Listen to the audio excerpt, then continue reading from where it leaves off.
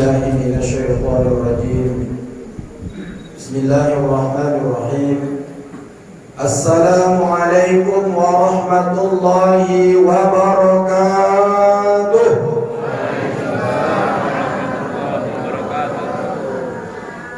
Dari jawaban salamnya memang sudah wajar karena sudah malam ke-20, hampir obet kita semua. Saya ulang balik Bu supaya tas kita malam ini. Assalamualaikum warahmatullahi wabarakatuh.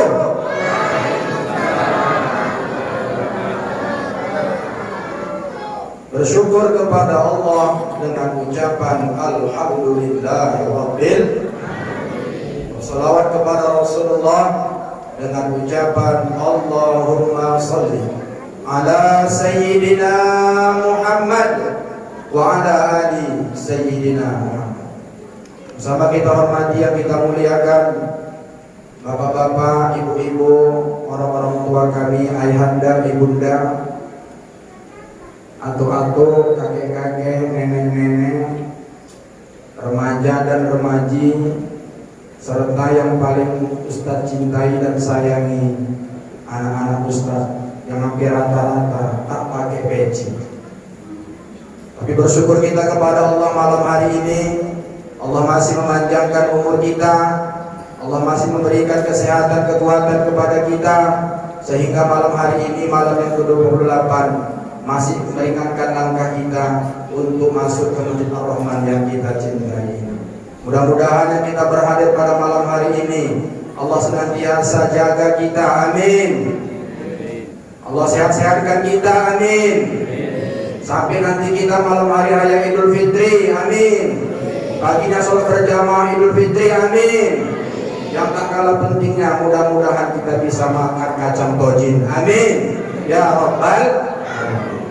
Tapi kusarankan yang nenek-nenek sama tua-tua jangan lagi makan kacang tojin. Nanti tak jumpa lagi dengan hari raya itu kan.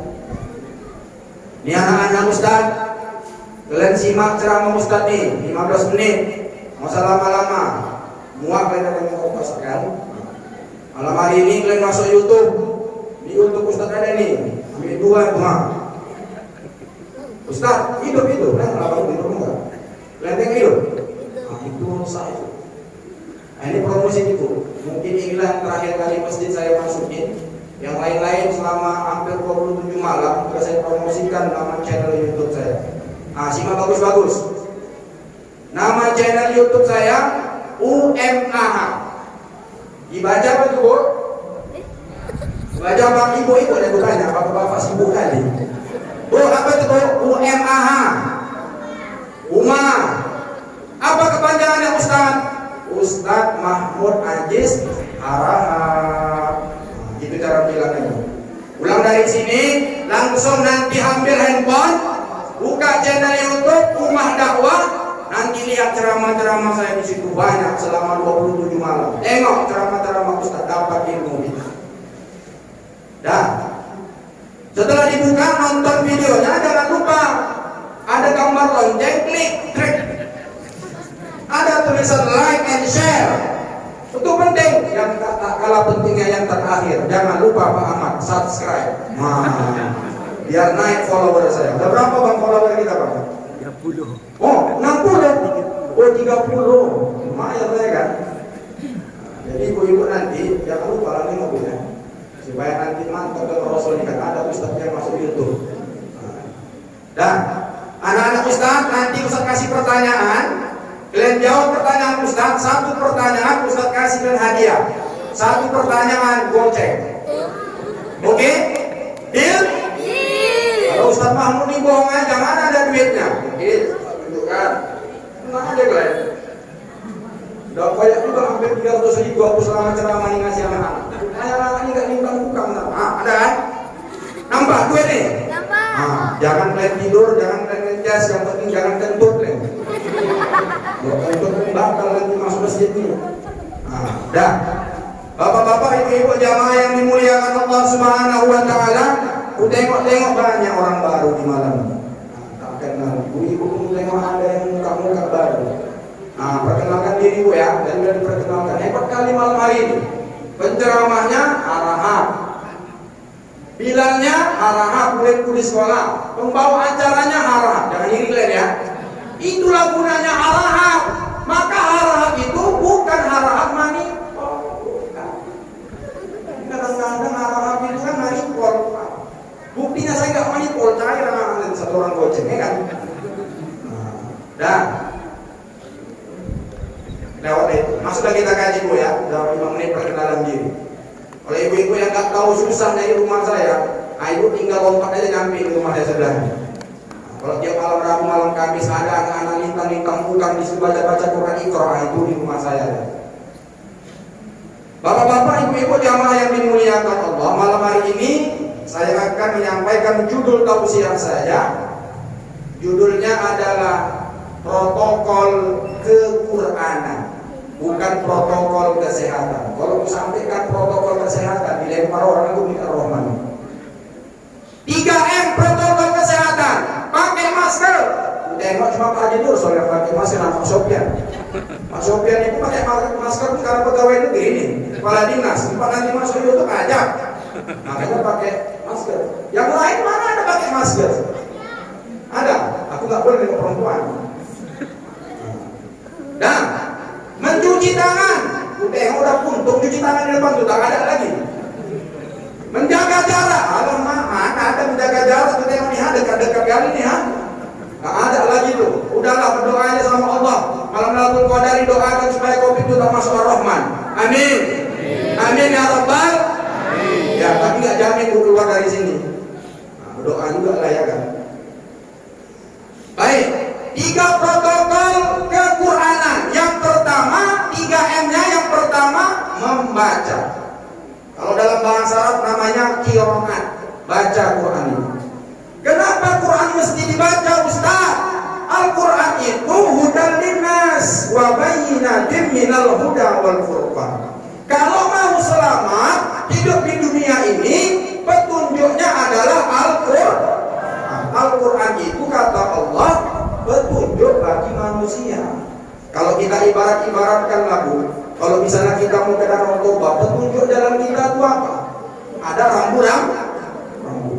Ke kiri masuk tol, terus Tanjung Merawah sampai simpang Tanjung Merawah, jangan belok kiri nanti ke Kuala Namu, terus lagi ke Pakam, terus sampai ke Tebing pasti disuruh pulang balik. Ya kan? Makanya masih banyak tengok jamaah Rahman ini, tak ada yang pulang kampung. Kalau misalnya boleh pulang kampung, tinggallah 2 sapi. Ini banyak sekali ya. Dan M yang pertama membaca. Kenapa mesti dibaca Al-Quran, Ustaz? Allah yang merintahkan. Dan arti Al-Quran itu sendiri menurut bahasa adalah yang dibaca. Qara'a yaqra'u Qur'anan, yang dibaca. Jadi Quran itu dibaca. Orang ini ribut kali, kamu baca kau? Iya. Aku tahu namanya karena muridku. Dan mesti dibaca. Dalam sebuah hadis baginda Rasulullah menyebutkan, hebat di fadilah membaca Al-Quran ini. Apa dia? Man qara'al Qur'ana. Man qara'al Qur'ana. Barang siapa yang membaca Al-Quran, kemudian dia membaca Al-Qurannya itu, bukanlah satu huruf tiap-tiap Al-Quran itu seperti alif lam mim itu disebutkan satu huruf, tidak. Alif lam mim itu kata Rasulullah, alifnya 1, lamnya 1, mimnya 1. Jadi setiap satu huruf yang kita baca itu beroleh 1 kebaikan. Setiap 1 kebaikan dikasih Allah 10 pahalanya. Jadi kalau baca alif lam mim berapa pahala kita, Bu? Berapa? Alif lam mim. Berapa pahalanya? 30. Ustaz, aku nggak mau banyak-banyak pahala lah, nanti cepat kali aku masuk surga. Jadi kayak mana? Ya aku baca aja nanti Yasin, Shadaqallahul azim. Apa bacanya cuma Yasin aja? Diam kau, 20 pahala, 20 kau. Jangan kayak gitu. Cara-cara membacanya juga ada diajarkan dalam agama kita. Dalam Al-Quran Allah menyebutkan warattilil Qur'ana tartila. Bacalah Al-Quran itu secara tartil. Tartil itu dijelaskan para ulama sesuai dengan ilmu tajwid. Ini makanya Bu, bapak-bapak yang punya anak, maka anak-anak kita dari kecil itu diajarkan dia baca Al-Quran. Kalau udah tua, kalau udah nenek-nenek, kakek-kakek, oh gimana? Susah baca Quran. Dah baca Wak, baca Wak, cepat Wak. Ija ja Anas Wak, bukan ija Jawa. Itu satu dah, satu jim ja. Ini tengok. Ida, gigi atas, gigi bawah, di tengah-tengahnya lidahnya dikeluarkan. Ida ja. Ulang Wak. Ija wa. Utat. Awak nih nenek nih udah ngomong gini nenek. Nggak ada lagi. Oh udah ngomong gini nenek. Payah kalau udah tua belajar Al-Quran. Di ujung ayat itu yang lebih parah lagi kalau atu-atu yang baca Quran. Innahu kana tawwaba. Kata Ustaz tuh, baca tuh. Innahu kayu atau tembaga. Rupanya itu tukang borongan bangunan. Susah.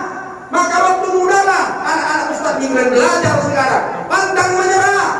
Ibu-ibu, bapak-bapak, panggil Ustaz ke rumah, panggil Ustaz guru ngaji ke rumah. Gak perlu Ustaz Mahmud.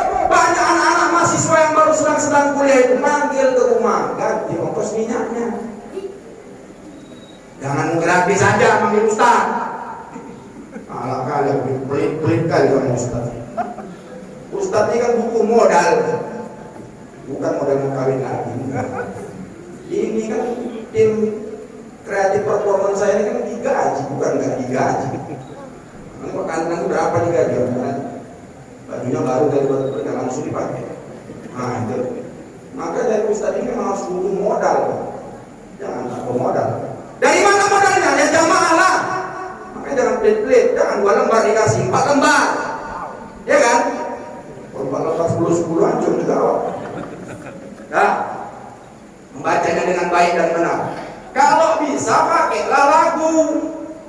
Indah kalau Al-Quran itu dilakukan, jangan datar aja.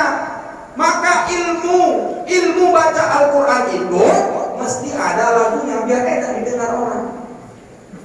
Bayangkan kalau nggak pakai lagu Pak Ahmad baca Quran, dia jadi imam di depan nggak ada lagunya, hancur kabur lah. Bismillahirrahmanirrahim. Alhamdulillahirabbil alamin. Arrahmanirrahim. Maliki yaumiddin. Ya kana wa ya kana nasta'in. Ihdinas siratal mustaqim. Siratal ladzina an'amta 'alaihim ghairil maghdubi 'alaihim waladdallin. Apa kata anak-anak di belakang? Amin wa. Pakai lagu. Kayak mana lagunya? Udah, saya tunjukkan. Diulang lagi, tak usah lah, habis waktu. Sholawat. Kalau orang baca sholawat nggak pakai lagu, mana enak? Sholatullah, salamullah, ala Tuhan, Rasulullah, sholatullah, salamullah, ala Yasin, Abidillah. Yang nggak enak, pakai musik. Sholatullah, salamullah, ala Tuhan, Rasulillah, salamullah, ala Yasin, Habibillah. Enak kan Bu? Ada lagi ajar. Oh itu nggak pakai lagu ajar. Aduh, hancur kali awak. Innallaha wa malaikatahu yusholluna 'alan nabi. Ya ayyuhalladzina amanu shollu 'alaihi wa sallimu taslima. Allahu akbar. Allahu akbar. Pak Ahmad udah mau pergi keluar dari rumah, balik badan. Apa itu di masjid juga ada? Nggak jadi. Yang bagus anak-anak muda ini latihan main azan. Hayya 'alas shalah.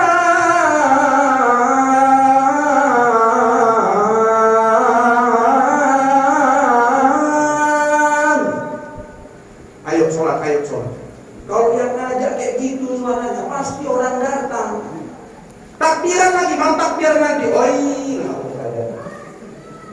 ajak kali awak takbir ini seperti itu. Pemeran utamanya anak-anak pecahan botol. Ini orang disuruh pulang nanti takbiran, ya Allah. Sakit kuping awak dengarkan. Tarik-tarikan mic-nya luar biasa.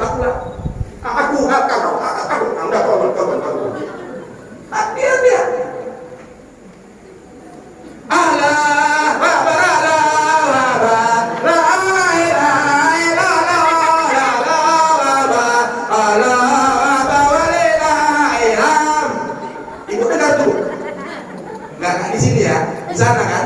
Di sana balik lagi kemari kan? Ya gitulah yang ada. Yang salah siapa? Bapak-bapaknya yang salah. Kenapa? Bapak-bapak merokok di luar. Malah kali aku nengok. Yang bagus-baguslah bapak-bapak di sini. Anak-anak ini jadi backing vokal aja. Yang jadi air Peter Pan-nya itu yang jago, yang bagus bacaannya. Siapa itu? Ya bapak-bapak lah ngajari anak-anaknya. Dan aku lagi. Ceramah aku, imam aku. Dikirongin masjid aku nanti. Ya kan? Bagi-bagilah tugasnya. Dan selesai baca. Bacanya itu mesti pakai tajwid. Panjang pendeknya harus pas, harus duduk. Jangan yang panjang dipendekkan, yang dipendekkan dipanjangkan. Bismillahirrahmanirrahim. Qul huwallahu ahad, Allahus samad, lam yalid wa lam yulad, wa lam yakul lahu kufuwan ahad. Kalau kayak gitu model bacanya, malaikat dari atas kanan kiri juga udah bersepakan aja kita. Kau kemana aja? Dengan 10 tahun kau gak akan dibaca Quran kau. Mana kau? Kata malaikat. Kata Allah, ya lagi belajar waktu, lagi belajar. Jadi macam mana Ustaz kami yang tua-tua ini masih bisa kami lagi belajar? Ya bisa. Ambil Ustaznya ke rumah. Malu Ustaz kalau datang ke masjid. Ya malu ada tua belajar kan. Ambil Ustaznya ke rumah. Gak ada duit aku Ustaz. Alah ibu-ibu ini gak ada duit. Gak ada duit baca bayar guru ngaji. Tapi tiap bulan nanti ke ponsel anaknya memberikan paket ibu. Betul? Betul? Nah betul katanya, mamanya berarti. Betul katanya. Kalau beli paket 100.000 setiap bulan, datang cepat kali. Tapi kalau datang Ustaz yang ngajarkan Al-Quran, seketer pun gak ada di luar. Macam mana anak itu mau pandai baca Quran ini? Dah selesai bacanya. Kemudian tahap yang kedua, M yang kedua adalah memahaminya atau mentadabburinya. Ini penting lah. Saya sering ngasih tahu kepada jamaah, setelah baca Al-Quran itu pinomat. Kata orang mendidik pinomat. Ini Al-Quran ini mesti yang ada artinya, yang ada arti di samping kanan kirinya yang diartikan oleh Kemenak, Departemen Agama. Ini Al-Quran saja. Ada artinya supaya kita tahu apa maksud Al-Quran itu. Setelah kita tahu artinya, naik lagi levelnya, memahaminya. Memahaminya ini gak bisa ibu-ibu bapak-bapak sendiri, mesti pakai ustaz, pakai ulama, pakai kiai, pakai habaib. Contoh. Aqimus sholata wa atuz zakat. Dirikan sholat, tunaikan zakat. Tahulah kita juga bahwa sholat dan zakat itu wajib. Tapi kalau nggak dijelaskan macam mana cara sholatnya kan kita nggak tahu. Dari mana kita tahu? Ulama lah yang membacakan hadisnya. Apa kata ulama kita? Ada hadis Nabi. Shollu kama ra'aitumuni usolli. Sholatlah kalian seperti kalian aku lihat aku sholat, kata Rasulullah. Bagaimana caranya melihat Rasulullah? Kita nggak bertemu dengan Rasulullah, guru kita. Ini kadang-kadang sholat beraneka macam ragam. Kenapa? Karena pahamnya sendiri-sendiri. Contoh. Waktu misalnya kaki, perhatikan bu kaki saya. Posisi kaki berdiri itu menurut para ulama yang paling mantap, yang paling bagus pendapatnya itu adalah dia sejengkal, lebarnya sejengkal. sejengkal. Ah ini, sejengkal. Kalau perempuan rapat, jangan sejengkal. Lama saya berpikir, kenapa laki-laki sejengkal, perempuan rapat? Ternyata ada pesan yang disampaikan baginda Rasulullah, dijelaskan oleh para ulama. Kenapa Pak? Ada yang bisa jawab? Mana ada yang bisa? Ini mau usah mau yang tahu. Dan kalau laki-laki direnggangkan satu jengkal, ternyata hikmahnya supaya gak kegencet. Laki-laki jadi ini supaya gak kegencet. Coba Bapak dirasakan, gak kegencet kan Pak? Coba apa? Kegencet kan Pak Budi? Ganjel kan? Ganjel. Perempuan kalau dibuka masuk angin, maka disuruh rapat. Lalu tahu ini bukan jawabannya kayak gitu. Tapi yang luar biasa di mana-mana ada pula nanti begini kakinya. Udah geser kemari, begini kan lagi. Ya Allah, dari mana itu ngajinya pun aku nggak tahu. Udah 40 tahun aku ngaji sama guru-guru, nggak pernah ada yang diajarkan begini. Udah digeser lagi, begini lagi dah. Ya Allah, ya Allah. Nah, itu contohnya. Kemudian mengenai ini sab sholat ini banyak yang masih keliru-keliru. Sab pertama penuh, sab kedua penuh, datanglah waktu nanti masuk. Macam mana posisi sab yang bagus itu Ustaz? Sabnya berdiri pas di belakang imam. Kalau dia satu orang, kalau dua orang nanti yang ke kanan sedikit baru di belakang imam. Bukan satu di sana, satu di ujung, satu di ujung, macam main bola wing kanan wing kiri. Di sini nggak ada uteo. Entahlah pas satu nggak di sini ya. Jangan di ujung sana, kosonglah di tengah. Masuklah setan di sini, setan yang sholat di tengah. Itu dia. Paham nggak, anak-anak Ustaz? Paham nggak? Paham. Ya. Dipahami Al-Quran itu. Jadi memahami Al-Quran itu mesti pakai ulama. Ulama nanti baca kitab tafsir. Nggak bisa Al-Quran itu diacu-acu aja, dipikir-pikir aja pakai terjemah itu. Berkumpullah 10 orang, ada buka pengajian, dibacakannya ayat Quran. Misalnya contoh ayatnya. Wa may yuqa shuhha nafsihi fa ulaika humul muflihun. Bapak, apa maksud ayat ini, Pak? Oh, menurut saya.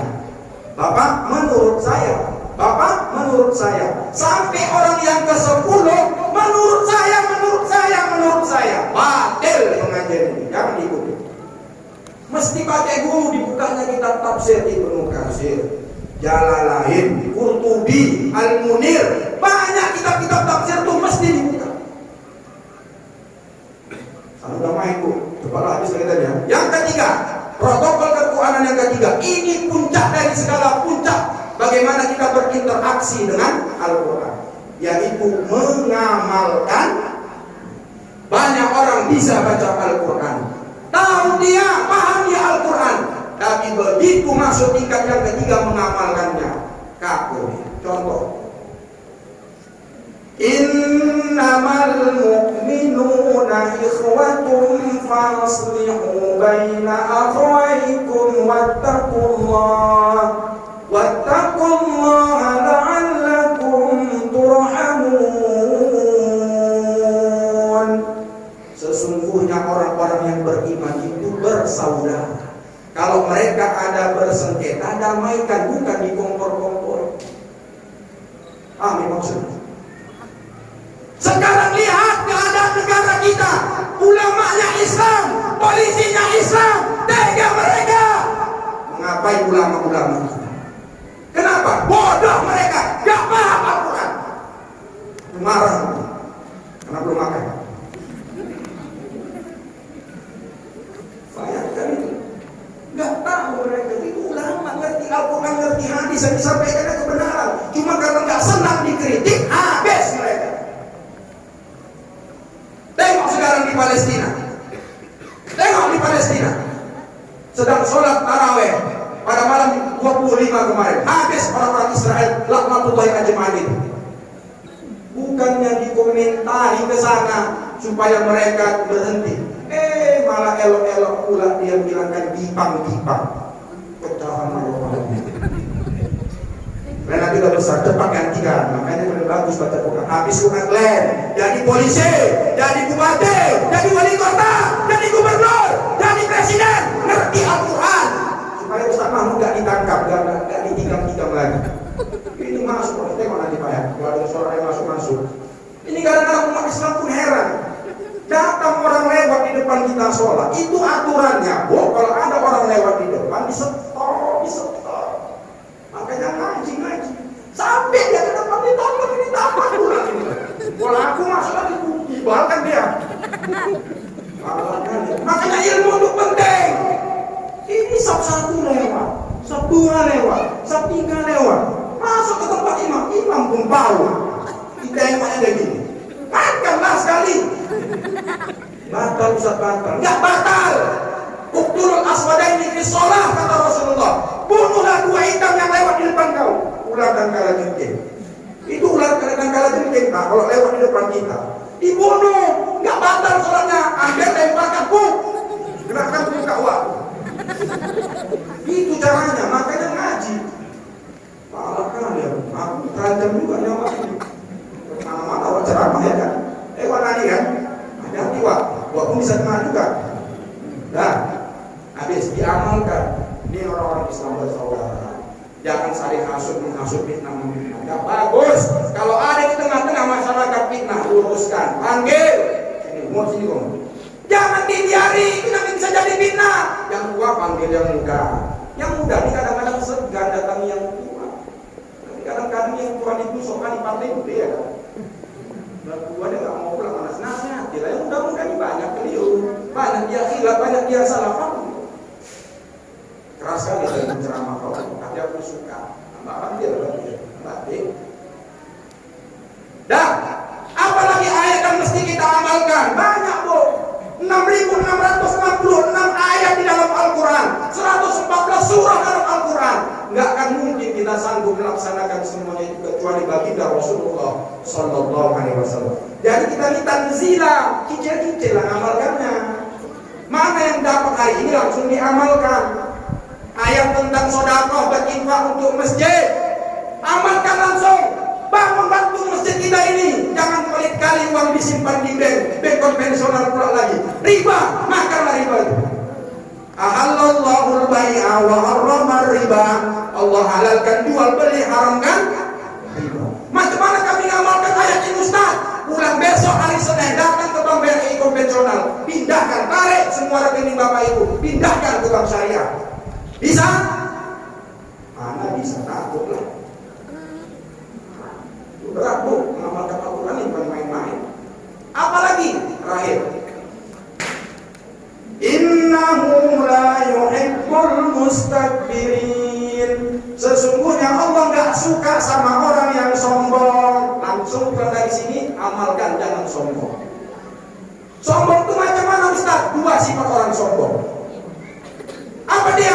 Batorul haq wa ghamtun nas. Batorul haq, tak mau menerima kebenaran. Yang kedua, selalu meremehkan orang lain.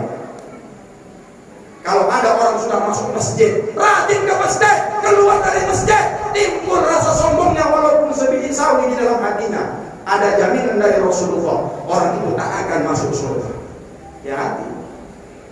Orang sombong ini banyak penyebabnya. Yang pertama, berilmu. Orang berilmu banyak yang sombong. Semua salah. Bid'ah,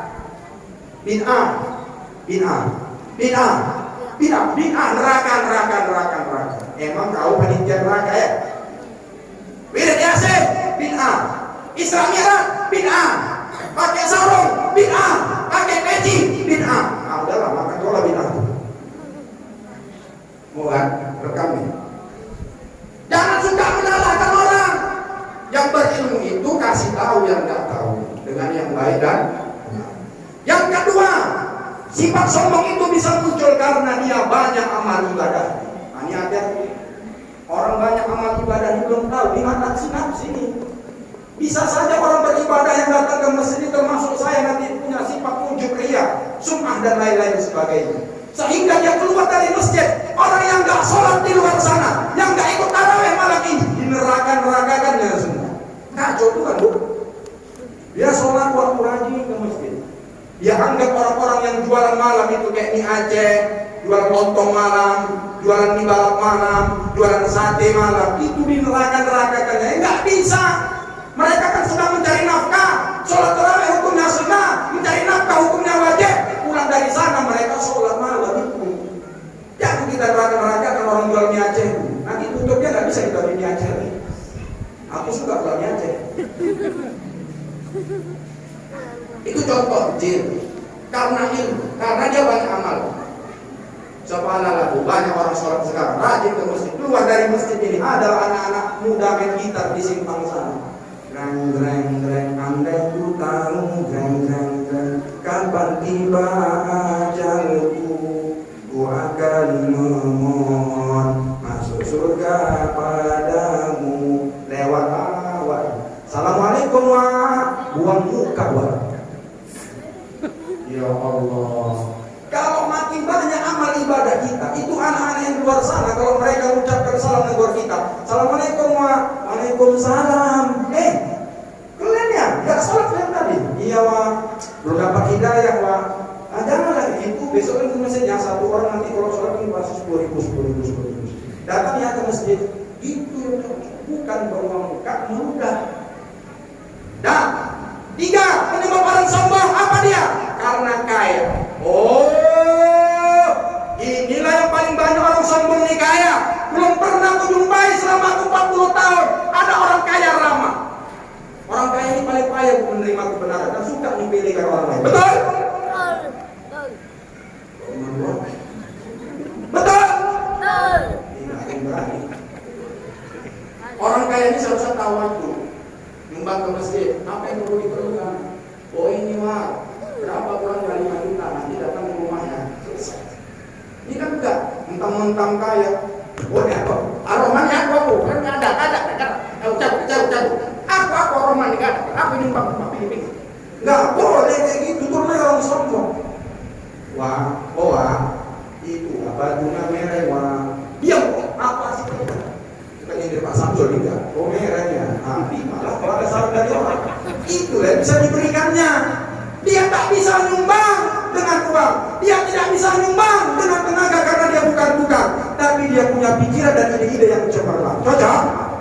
Berbagi. Kalau Ustaz Mahmud mana bisa menyumbang banyak alatnya? Hebat Ustaz. Berapa loh Ustaz ini? Kita kita sama-sama.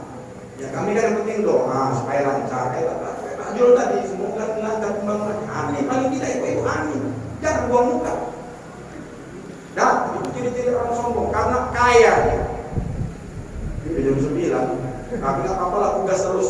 Rumahku dekat kok. Mau gondok-gondok lah ya kan. Udah kita habiskan apa nggak nih? Lanjut. Aku cuma sekali aja masuk di sini ya kan. Di bulan itu perhalangan, tabrakan jadwal. Dah. Apa lagi? Habis bahan mudah. Apa lagi, Bang Robi? Udah, cek tidak? Yang keempat, orang sombong itu karena nasab keturunan. Kok bisa Ustaz? Dia menganggap dirinya keturunan raja, keturunan sultan, darah biru, darah aku, darah biru. Sepala datanglah anak laki-laki, guru TK dia, tapi tahfiz Quran, hafal dia Quran 30 juz, suka dia sama anak ibu, tapi kebetulan marganya Arab. Mohon maaf, ibu mengaku ibu itu turunan darah biru mitra, misalnya dari Solo sana, mohon maaf contoh ada. Datang dia ke rumah, ketok pintu. Assalamualaikum Bu. Waalaikumsalam. Siapa? Saya Bu. Oh masuk. Ngapain? Ini Bu, saya tunggu kue aja Bu. Saya ini suka sama ibu si Fatimah Bu. Oh gitu. Kau kerja apa? Kan gitu kan. Kalau ibu-ibu datang anak laki-laki ke rumah ibu, pasti yang paling pertama kali ibu tanya kerjaannya. Itulah ibu-ibu materi. Bukan ditanya kau agamanya apa, kau bisa sholat, bisa kau baca Quran, nggak ada kan perasaan ibu kayak gitu, ya kan? Paling pertama apa ditanyanya? Kerjaan. Dah, gini Bu, saya ini suka sama anak ibu. Terus aku nggak mau lama-lama takut aku nanti berbuat zina. Terus aku mau lamar lah ibu nanti bawa nanti orang tua keluar rumah. Kerjaan kau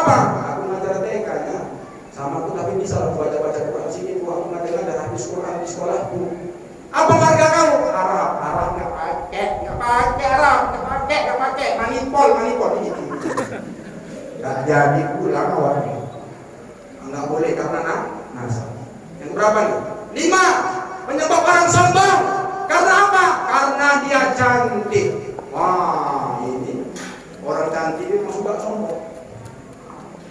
Ibu tengoklah, yang di TV-TV dia merasa dirinya cantik. Jalannya begini ya, tengok. Jalan perempuan itu biasanya begini aja. Nah, tapi nanti kalau pilih undangan, tengoklah tangannya, pegangnya atas kuci di sebelah kanan. Pikir orang asli, padahal kuci KW ya. Emasnya kuning-kuning di situ. Kalau emas yakin apa emas betul nggak apa. Rupanya imitasi. Jalan dia. Ini undangan. Digandengnya apa? Ya Allah. Kita tuh sama orang, oh kakak cantik kali lantas kakak tuh. Iya. Padahal nggak tahu rupanya waktu saya rupanya gini-gini. Kapok lah makanya jangan sombong awak.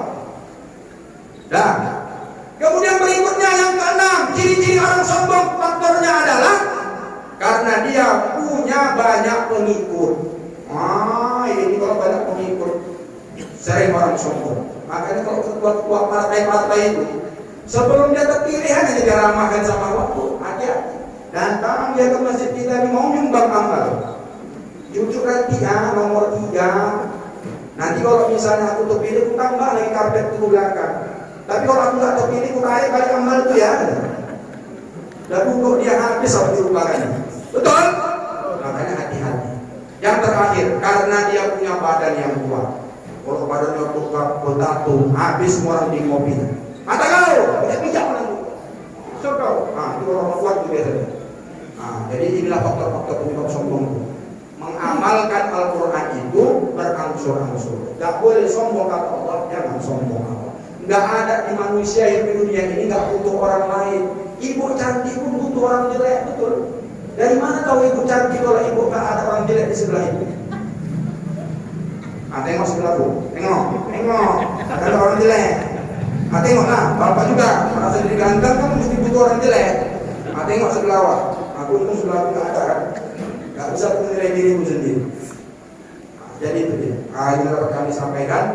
Mudah-mudahan protokol kequranan yang 3 ini bisa kita terapkan. Yang pertama membaca, yang kedua memahaminya, dan yang ketiga mengamalkannya. Anak-anak jawab pertanyaan Ustaz. Yang paling bagus duduknya Ustaz itu yang akan kasih. Pertanyaannya, coba sebutkan protokol kequranan.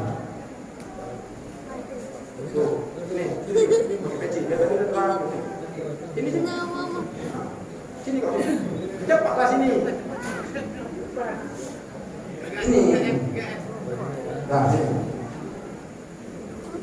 Nah, nama Raka, tinggal di mana?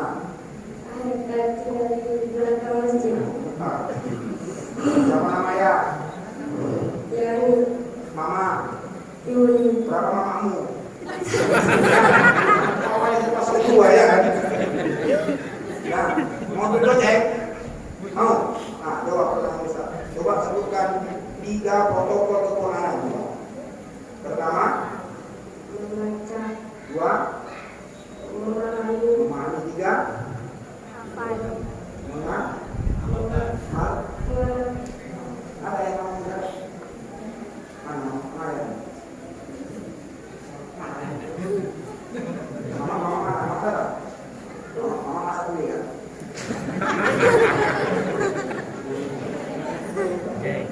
Bagus. Yang lain, berikutnya. Ada yang mau lagi? Ada yang mau lagi? Angkat tangan yang mau duit. Nanti langsung mau ke hari raya. Gila nih kan? Aku baru kali pun tekor lah. Tahu nggak pasaran Roman di berapa ya kan? Ya, Bapak Ibu jamaah yang dimuliakan Allah Subhanahu Wa Taala, ini dapat kami sampaikan mudah-mudahan bermanfaat. Saya Al-Fakir, apa yang saya sampaikan ini bukan hanya semata-mata untuk ibu-ibu sekalian, ini untuk diri saya dan keluarga saya. Mudah-mudahan apa yang saya sampaikan ini bisa kita amalkan dalam kehidupan kita sehari-hari. Kepada Allah saya mohon ampun, kepada bapak-bapak ibu sekalian jamaah sekalian, orang tua kami banyak-banyak yang saya mohon dimaafkan. Maaf Bu. Billahi taufiq wal hidayah. Wassalamualaikum warahmatullahi wabarakatuh.